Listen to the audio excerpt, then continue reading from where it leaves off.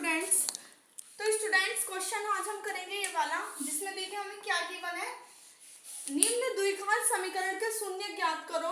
शून्य को एवं गुणांकों के बीच संबंध की सत्यता की जांच करो। वेरिफिकेशन भी करना है और आपको क्या निकालने हैं, दोनों वैल्यूज भी निकालनी है, किसकी, एक्स की। तो देखते हैं इसको कैसे करेंगे। क्वेश्चन आपको आज इस टाइप से गिवन है स्टूडेंट्स। एक आपने ये वाली इक्वेशन से इसकी कंपेयर करो। देखो ax square plus B X plus C. क्या ये इक्वेशन इस टाइम इस फॉर्म में लिखी हुई है? बिल्कुल नहीं लिखी हुई है। यहाँ पर ये इक्वेशन इस फॉर्म में लिखी है ax square plus C plus B X. तो सबसे पहले हम कन्वर्ट कर देंगे इस वाली इक्वेशन में इसको, ठीक है, क्योंकि जो हमारा रूल होता है वो ये होता है कि पहले स्क्वायर, फिर पहले टू पावर, फिर 1 पावर और फिर एक भी नहीं, ठीक है। तो देखिए क्या कर देंगे हम, 6x square minus 7x minus 3। Simply हमने इसको क्या कर दिया, इस वाली इक्वेशन में कन्वर्ट कर दिया, जो हमारा रूल होता है। तो देखिए उसके बाद हम क्या करेंगे, कोई भी दो नंबर ऐसे चूज कर लेंगे कि जो हमें माइनस करके मिल जाए 7 और मल्टीप्लाई करके मिल जाए क्या, देखिए मल्टीप्लाई करके हमें मिल जाए 6 3 जैसे 18 है। ऐसे हमें कोई 2 नंबर चूज करने हैं जो कि हमें माइनस करके क्या मिल जाए, 7 मिल जाए। अब ये बताइए मैंने माइनस करके ही क्यों बोला है स्टूडेंट। जब भी आप ऐसा क्वेश्चन करो तो आपको ये वाला साइन देखना होता है कि आपको प्लस करना है या माइनस करना है। तो आपने ये वाला साइन देखा, यहाँ पर क्या है, माइनस। इसलिए मैं बोल रही हूँ कोई 2 नंबर ऐसे चूज करने हैं जो माइनस करके आपको क्या मिल जाए, 7 मिल जाए, ठीक है।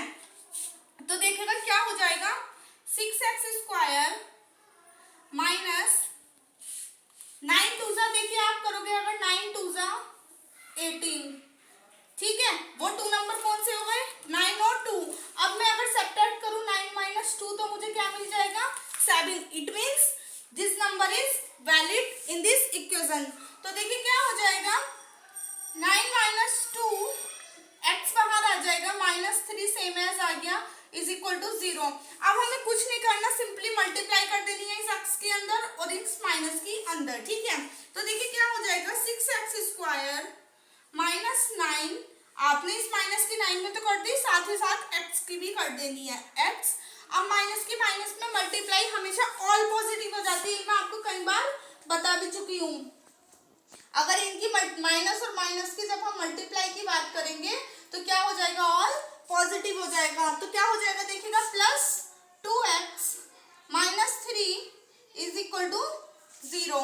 अब बात आती है यहाँ से कॉमन लेने की। तो देखिए आप क्या कॉमन ले सकते हो, 3 के टेबल में 6 भी मिल जाएगा आपको और 3 के टेबल में आपको 9 भी मिल जाएगा, इजीली मिल जाएगा। इसलिए आप क्या ले लोगे, देखिएगा 3 और यहाँ पर x की 2 पावर है तो 1 पावर आप बाहर ले लीजिएगा।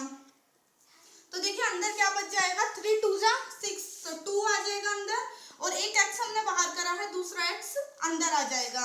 अब बात आती है 3 3 9, तो 3 में यहाँ पर लिख दूंगी और ये 9 के बदले तो आ गया 3, क्योंकि 3 3 9, ठीक है।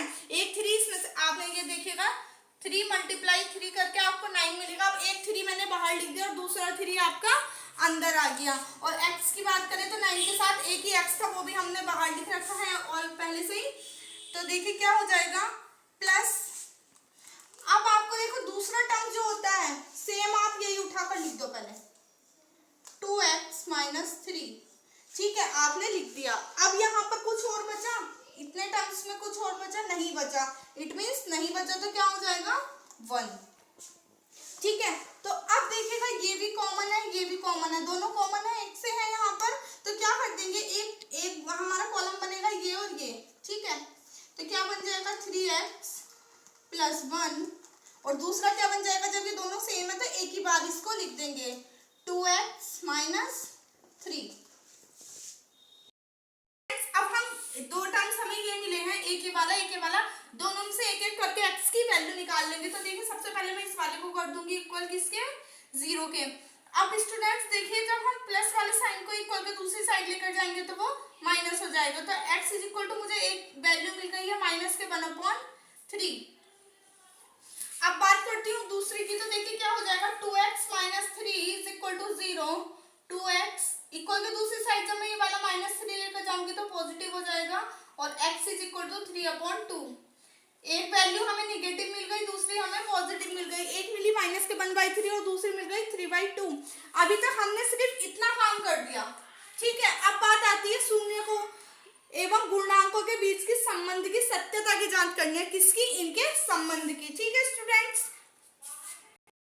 अब हम बात करेंगे यहाँ की शून्यकों के गुणांक की, ठीक है। तो शून्यकों का योग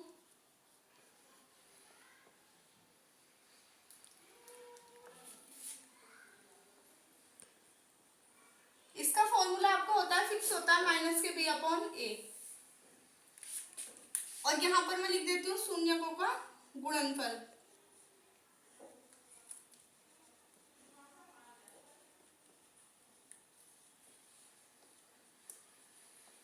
ये भी फिक्स होता है आपका हमेशा c/a, ठीक है। अब मैंने माइनस के b/a और c/a लिख दिया, लेकिन ये होता क्या है ये देख लीजिएगा।